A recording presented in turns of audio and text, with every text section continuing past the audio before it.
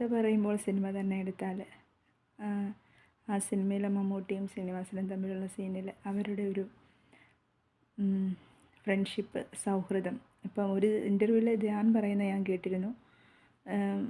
Sreenivasan sir ആദ്യം എടുത്ത ഒരു സീൻ എന്ന് പറയുന്നത് ആ ക്ലൈമാക്സ് സീനാണ്.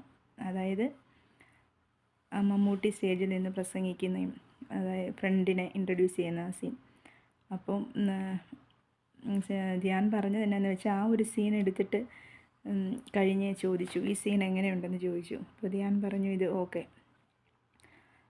ഈ സീനിനപ്പുറം ഒരു സീനില്ല, അതാണ് അതിൻ്റെ വിജയം, അല്ലെങ്കിൽ അതാണ് അതിൻ്റെ ത്രെഡ് ആ സിനിമയുടെ.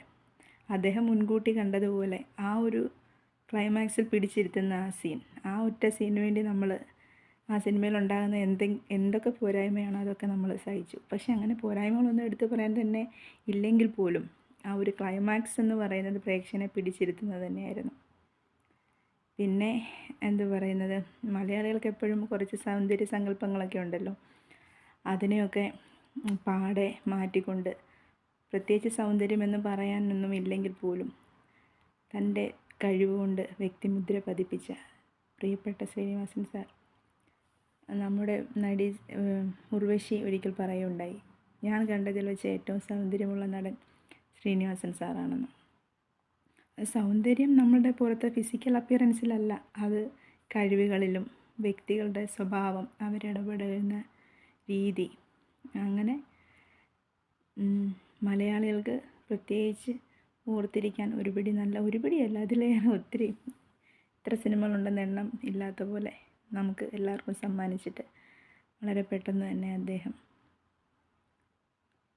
മരണപ്പെട്ടു. അദ്ദേഹത്തിൻ്റെ 2 മക്കളും മലയാള സിനിമകൾക്ക് വീണ്ടും ഒരുപാട് സംഭാവനകൾ നൽകിയിട്ടുണ്ട്.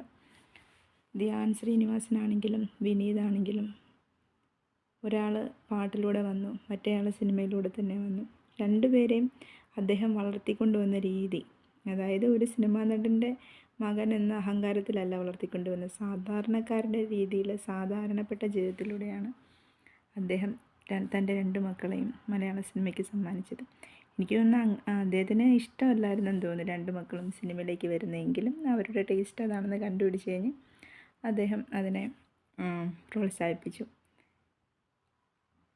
എന്തായാലും നമ്മൾ നമ്മുടെ ഒരു ജീവിതത്തിലെ ഒരു ദിവസം എടുത്താൽ അദ്ദേഹത്തിൻ്റെ ഡയലോഗുകൾ പറയാതെയോ അല്ലെങ്കിൽ അദ്ദേഹം അഭിനയിച്ച ഒരു സിനിമയുടെ ഏതെങ്കിലും ഒരു സീനുകളാണെങ്കിലും നമ്മൾ പറയാറുണ്ട്. എത്ര ഡയലോഗുകളാണ് അദ്ദേഹത്തിൻ്റെ വളരെ ഫേമസ് ആയിട്ടുള്ളത്.